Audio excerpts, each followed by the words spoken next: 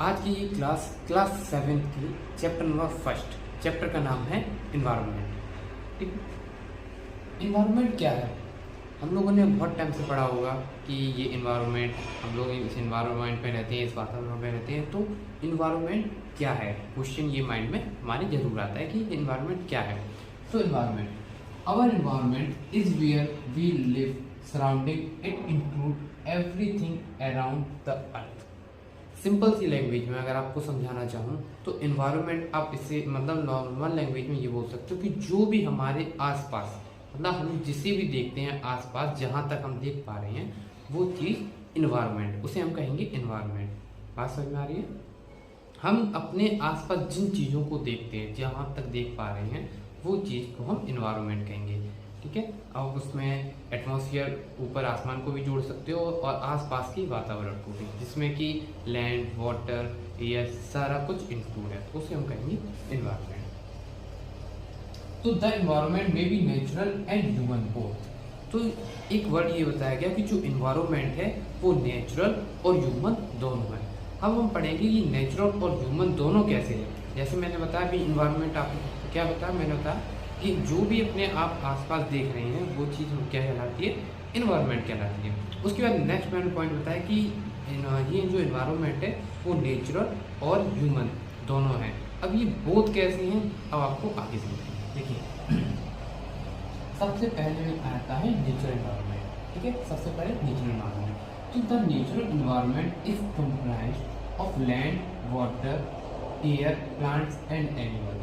तो बच्चों देखो, नेचुरल इन्वायरमेंट सबसे सिंपल तरीका, नेचुरल इन्वायरमेंट को याद करने का सबसे बेस्ट तरीका है कि नेचर से हमें क्या क्या मिला है, वो चीज़ जो बाई नेचुरल मिली है हमें। मतलब आप समझने के लिए या याद करने के लिए ये समझ सकते हैं या ये कह सकते हैं कि वो चीज़ें जो हमें भगवान ने दी हैं, जिसमें हम ह्यूमंस का कोई भी इंटरफेयर नहीं है, मतलब हम लोगों ने उसमें कुछ नहीं किया है। जैसे कि फॉर एग्जांपल कौन कौन सी चीज़ें भगवान द्वारा मिली हैं हमें, ये सिर्फ समझने के लिए आपको भगवान द्वारा याद रखना है कि जो चीज़ें भगवान ने दी हैं उसे नेचुरल एनवायरनमेंट कहते हैं, सिर्फ समझने के लिए। देखिए कौन कौन सी चीज़ें हैं, लैंड, लैंड मतलब जमीन, वाटर मतलब पानी, एयर मतलब हवा, प्लांट्स एंड एनिमल्स। ठीक है, प्लांट्स मतलब पेड़ पौधे एंड एनिमल मतलब जानवर। तो ये चीज़ें भगवान ने दी हैं, उनको हम क्या कहेंगे, नेचुरल, क्या कहेंगे, नेचुरल एनवायरनमेंट। क्या लैंड में किसी भी ह्यूमंस का इंटरफेयर हुआ है? नहीं। क्या लैंड ह्यूमंस ने बनाई है? वाटर ह्यूमंस ने बनाया है? नहीं बनाया। Air, plants and animal. तो आप नेचुरल एनवायरनमेंट को सिंपल सी लैंग्वेज समझ सकते हैं कि नेचुरल एनवायरनमेंट क्या है, कि वो चीज़ें जो हमें बाई नेचुरल मिल रही हैं या भगवान द्वारा दी गई हैं, उनको क्या कहेंगे, नेचुरल एनवायरनमेंट। सेकंड पॉइंट है, it include both biotic and abiotic component. इसी में नेचुरल एनवायरनमेंट में दो चीज़ें हैं, एक बायोटिक और एक एबायोटिक। मतलब एक बायोटिक और एबायोटिक, दो वर्ड बोले मैंने, एक ही। देखिए, बायोटिक और अबायोटिक दोनों चीजें हैं। अब हम समझाएंगे आपको बायोटिक।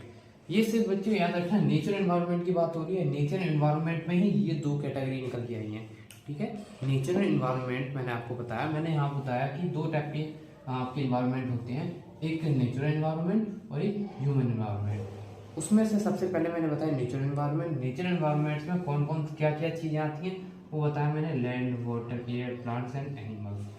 अब इन्हीं में, इस नेचुरल एनवायरनमेंट में दो कैटेगरीज निकल के आई कि नेचुरल एनवायरनमेंट को भी दो कैटेगरी में को डिवाइड किया है, एक बायोटिक और दूसरा एबायोटिक। अब बायोटिक और एबायोटिक क्या होते हैं समझिए, ध्यान से समझना बच्चों, बिल्कुल सिंपल है, कोई भी हार्ड नहीं है। देखो, biotic, it include all biological और लिविंग बींग्स। ये बोल रहे हैं इस बायोटिक कंपोनेंट्स में कि वो चीज़ें इंक्लूड होंगी जो बायोलॉजिकल और लिविंग बींग्स हैं, मतलब वो चीज़ें जो हमें बाय नेचुरल मिली हैं, लेकिन बट एक कंडीशन है, बाय नेचुरल तो मिली हैं लेकिन उनमें जीवन होना चाहिए। वो चीज़ें हम बायोटिक की बात कर रहे हैं, तो वो बायोटिक कंपोनेंट्स में वो चीज़ें आएगी। पहली बात तो नेचर एनवायरनमेंट से जुड़ी होनी चाहिए।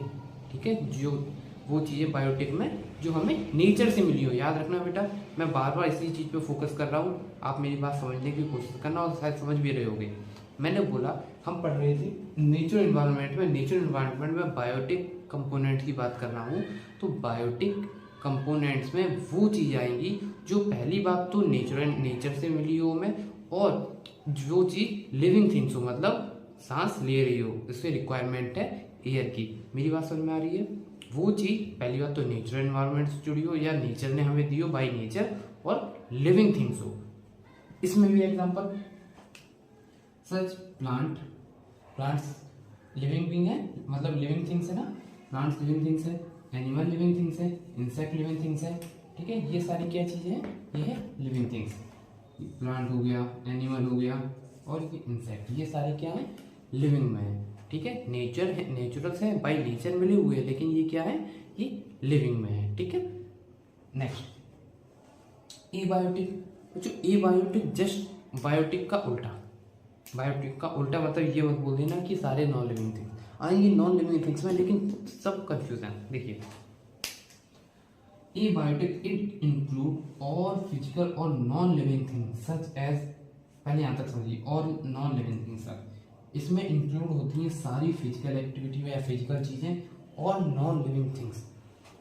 बच्चों याद रखना, नॉन लिविंग थिंग्स में चेयर डोर वगैरह नहीं आएगा।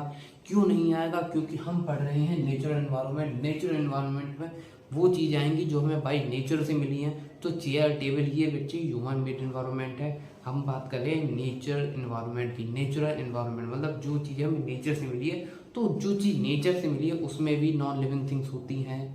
ठीक है, जो चीज़ नेचर ने दी है वो दो चीज़ें दी हैं, जो बाय नेचर मिली है वो लिविंग थिंग्स भी है, नॉन लिविंग थिंग्स भी है। मैंने आपको बायोटिक में लिविंग थिंग्स के एग्जांपल दिए, ये बायोटिक में नॉन लिविंग थिंग्स के एग्जांपल हो जाएंगे land, water, air, mountains, प्लेटू, valley. ठीक है, बीच। तो ये सारे ए बायोटिक के कंपोनेंट में अगर नॉन लिविंग थिंग्स की बात कर रहा है तो कौन से नॉन लिविंग थिंग्स में कौन से एग्जाम्पल आएंगे? नेचुरल कंपोनेंट से जुड़े हुए, मतलब जो चीज़ें हमें नेचर ने दी हैं उनमें से non living things.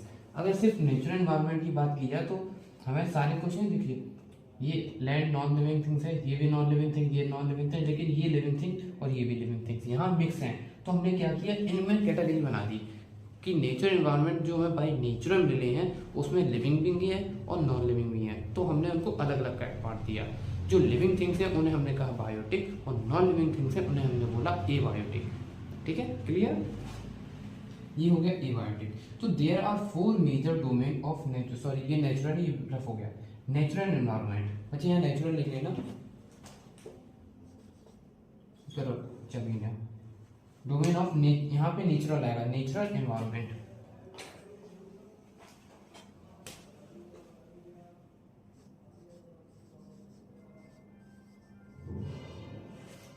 Natural environment ये बोले there are 4 major domain of natural environment. 4 major domain होते हैं नेचुरल एनवायरनमेंट के। अब मेजर डोमेन कौन होते हैं बच्चों? अभी नेचुरल एनवायरनमेंट की ही बात चल रही है, आप ह्यूमन मेड में मत जाना। ये क्या बोले?